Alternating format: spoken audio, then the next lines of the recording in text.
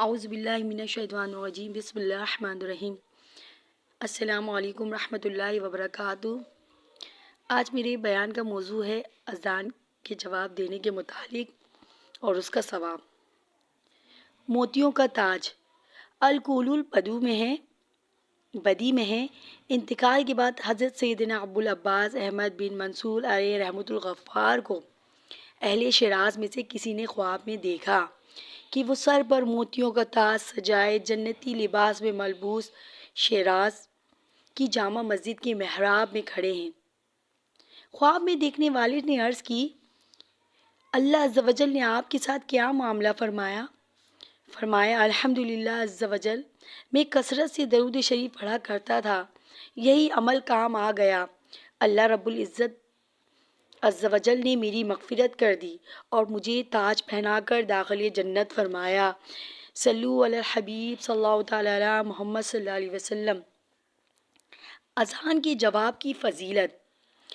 امیر المومنین حضرت سیدنا عمر بن خطاب رضی اللہ تعالیٰ عنہ سے روایت ہے کہ حضور اکرم صلی اللہ تعالیٰ علیہ وسلم نے فرمایا، جب مؤذن اللہ اکبر کہے تو تم میں سے کوئی اللہ اکبر کہے، پھر مؤذن اشہد ان لا الہ الا اللہ کہے تو وہ شخص اشہد ان لا الہ الا اللہ کہے، پھر مؤذن اشہد ان محمد رسول اللہ کہے تو وہ شخص اشہد ان محمد رسول اللہ کہے، پھر مؤذن حی علی الصلاۃ کہے تو وہ شخص لا حول ولا قوۃ الا باللہ کہے، پھر مؤذن حی علی الفلاح کہے تو وہ شخص لا حول ولا قوۃ الا باللہ کہے، پھر جب مؤذن اللہ اکبر کہے تو وہ شخص اللہ اکبر کہے، اور جب مؤذن لا الہ الا اللہ کہے اور یہ شخص صدق کے دل سے لا الہ الا اللہ کہے تو جنت میں داخل ہوگا۔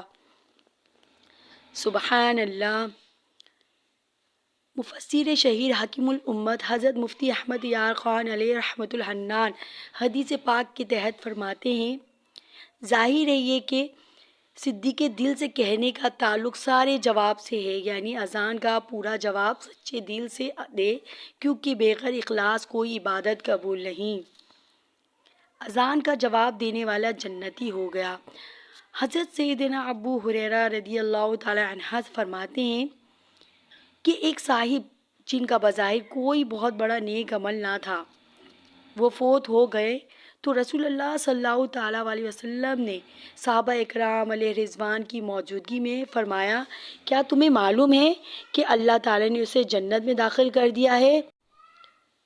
اس پر لوگ تعجب ہوئے کیونکہ بظاہر ان کا کوئی بڑا عمل نہ تھا۔